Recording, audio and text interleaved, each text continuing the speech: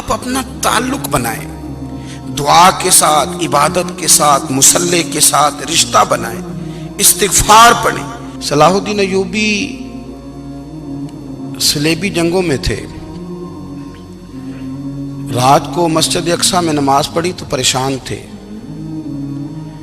ایک بزرگ سے ملاقات ہوئی تو وہ کہنے لگے کہ آپ بڑے پریشان ہیں۔ کہنے لگے حضور پریشان اس لیے ہوں کہ پہلے ہی مسلمان کمزور ہے، اب میں نے سنا ہے دشمن کا ایک بحری بیڑا وہ جنگی سامان سے بھرا ہوا آ رہا ہے، تو اب ان کے پاس اور تلواریں اور نیزے آ جائیں گے، مسلمانوں کے پاس پہلے ہی وسائل کی کمی ہے، پریشان ہو کس طرح کر کے مقابلہ کریں گے۔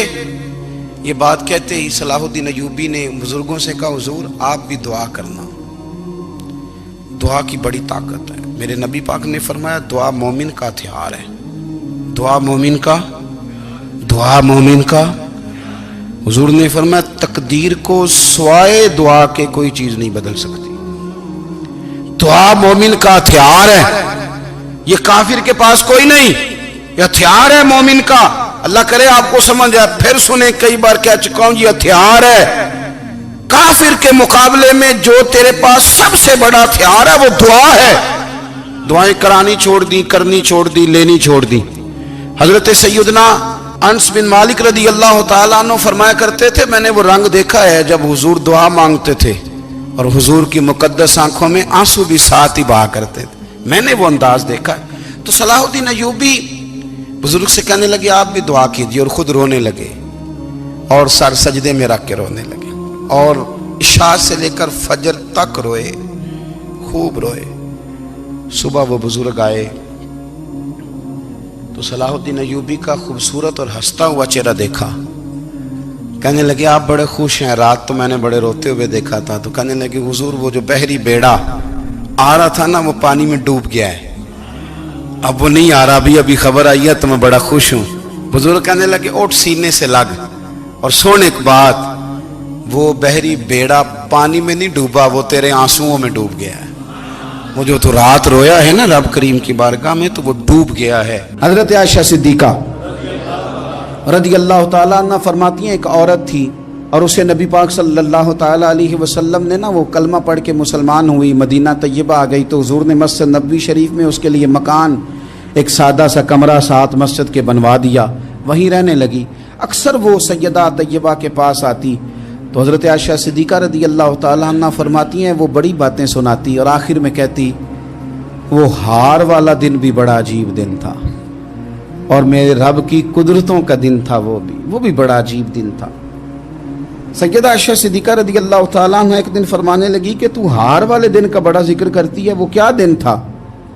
تو خاتون کہنے لگی اماں جی وہ دن تھا جب میرے رب پر بھروسہ اور مضبوط ہو گیا، جس دن میرا اپنے رب پر توکل اور بڑھا، میرے ایمان میں یقین میں اور پختگی آئی۔ کہنے لگی میں ایک گھر کی کنیز تھی، نوکرانی تھی، اس گھر میں ایک بچی تھی جس کے پاس سونے چاندی ہیرے جواہرات کا ہار تھا۔ اس زمانے میں نا چمڑے کے اوپر لوگ ہیرے جواہرات لگاتے تھے، کئی دفعہ سرخ رنگ کے چمڑے پہ لگائے جاتے تھے، وہ بچی پہنتی تھی۔ تو کہتی ہیں وہ بچی کے اس نے اتار کے رکھا یا اس سے گرا وہ ہار تو چیل اسے اٹھا کے لے گئی گوشت سمجھ کے اور میرے سامنے اٹھا کے لے گئی۔ گھر والوں نے مجھ سے پوچھا، یہ بخاری میں موجود ہے، گھر والوں نے پوچھا مجھ سے کہ وہ ہار کہاں ہے تو میں نے کہا چیل اٹھا کے لے گئی۔ گھر میں کچھ چوری ہو جائے تو سب سے پہلا الزام کس پہ لگتا ہے؟ ملازمین پہ۔ کہتے انہوں نے مجھے بڑا مارا، بڑی تکلیف تھی، حتیٰ کہ میری شرمگاہ تک کی تلاشی، میری عزت اتنی خراب کی میں بتا نہیں سکتی۔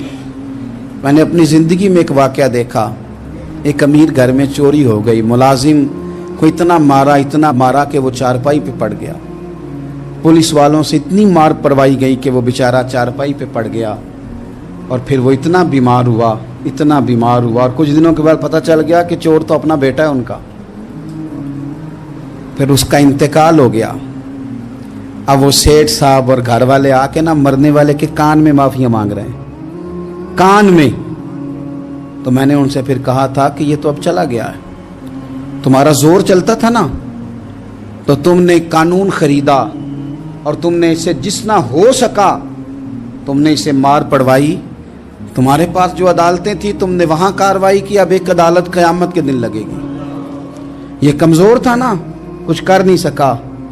میرے نبی پاک صلی اللہ علیہ وسلم نے فرمایا سن لو, اگر سینگ والی بکری نے بغیر سینگ والی بکری کو تکلیف دی ہوگی نا تو قیامت کے دن اسے بھی بدلہ دینا پڑے گا کہ تیرے پاس سینگ تھے اور تو نے اسے مارا تھا. وہ خاتون عرض کرتی ہے سیدہ عائشہ کی خدمت میں کہ مجھے بڑا مارا, مجھے تکلیف دی, میں کہہ رہی تھی کہ میرے سامنے چیل لے گئی ہے پر وہ نہیں مان رہے تھے. اماں جی انہوں نے مجھے بڑا مارا. حضرت عائشہ صدیقہ کہتی ہیں پھر کیا ہوا؟ کہنے لگی اماں جی جب کوئی میرا مددگار نہ رہا, مجھے تکلیف دے رہے تھے, رسوا کر رہے تھے, تو میں نے اپنے رب سے مدد چاہی, میرے رب کی طرف میں نے توجہ کی, میں نے کہا مالک اب تو ہی میرا مددگار ہے. کہتی ہے وہ مجھے مار رہے تھے تو وہ چیل جو ہار لے گئی تھی وہی لے کے واپس آ گئی, اور ہمارے سروں کے قریب لا کے اس نے جب اس ہار کو پھینکا, وہ مجھے چھوڑ کے سائیڈ پہ ہوئے, وہ میری بے گناہی جان گئے. لیکن آپ کو بتاؤں اس دن سے میرا اپنے رب پر یقین اور بڑھ گیا. مجھے سمجھ آ گئی کہ جب انسان پورا ٹوٹ جاتا ہے اور جب کوئی چاروں جانب اس کا مددگار نہیں ہوتا تو رب تو ہوتا ہے نا, اللہ تو اس کا مددگار ہوتا ہے نا, وہ تو پھر اپنے اس بندے کی مدد کرتا ہے نا, پھر وہ تو توانائی دیتا ہے نا, وہ تنہا نہیں چھوڑتا, وہ تو آنسوؤں والوں کے آنسوؤں پہ بڑا کرم فرماتا ہے, وہ تو قسم پرسی میں آ جاتا ہے, اس کی رحمت بڑھ کے استقبال کر لیتی. او میری ملت کے جوانوں, مزہ نہیں آ جاتا جب ساری دنیا سوئی ہو, ساری دنیا, اور بستر بھی گرم ہو اور نیند بھی پورا غلبہ کر رہی ہو, اور اچانک گھنٹی بجے دماغ میں, آنکھ کھلے, گھڑی پہ نظر پڑے, 3:30 4 بجے کا پیغام گھڑی بتائے, اور کوئی چڑھتی جوانی والا اٹھ کے وضو کرے, اور جب وہ مصلی کھول کے بچھائے تو مدینے والے محبوب کہتے ہیں کہ ہر نماز پہ رب ثواب دیتا ہے, اور جو اٹھ کے تہجد کی نماز پڑھے اسے دیکھ کے تو رب مسکراتا ہے, جو اس کی شان کے لائق ہے, جو اس کی شان کے لائق, وہ مسکراتا ہے, خوش ہوتا ہے کہ میرا بندہ تہجد میں اٹھ گیا, وہ مسکراتا ہے. کاش ہماری صبحیں کبھی اپنے مالک کے نام ہو جائیں, کاش کے صبح. حضرت ابو الحسن رحمت اللہ تعالی علیہ حضرت معاذ ابن جبل رضی اللہ تعالیٰ عنہ کے پاس بیٹھا کرتے تھے. فرماتے ہیں ان سے جو پیار بڑھا تو پھر میرا مصلی سے بھی بڑھ گیا. تابعی ہیں, فرماتے ہیں صحابی رسول سے محبت ہوئی تو ذکر سے بھی ہو گئی, پھر درود شریف سے بھی ہو گئی. محبت ان سے بڑھی تو پھر اللہ نے مسجد کا پیار بھی بڑھا دیا.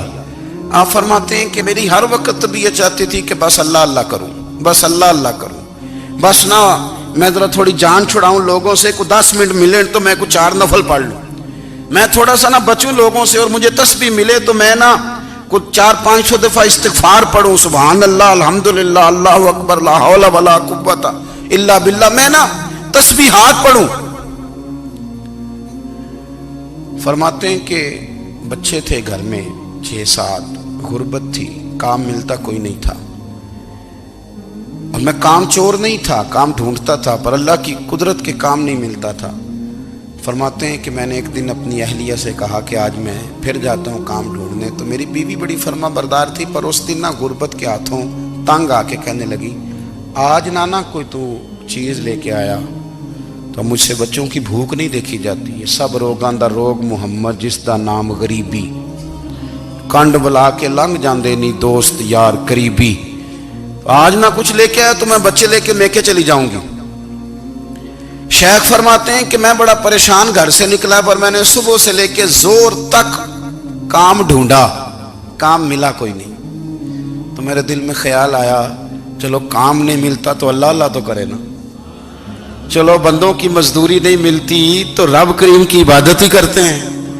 فرماتے ہیں کہ میں نے نا فرات کے پانی سے وضو کیا, نہر کے, شدید دھوپ تھی, ساتھ ریت تھی اور ریت تپ رہی تھی.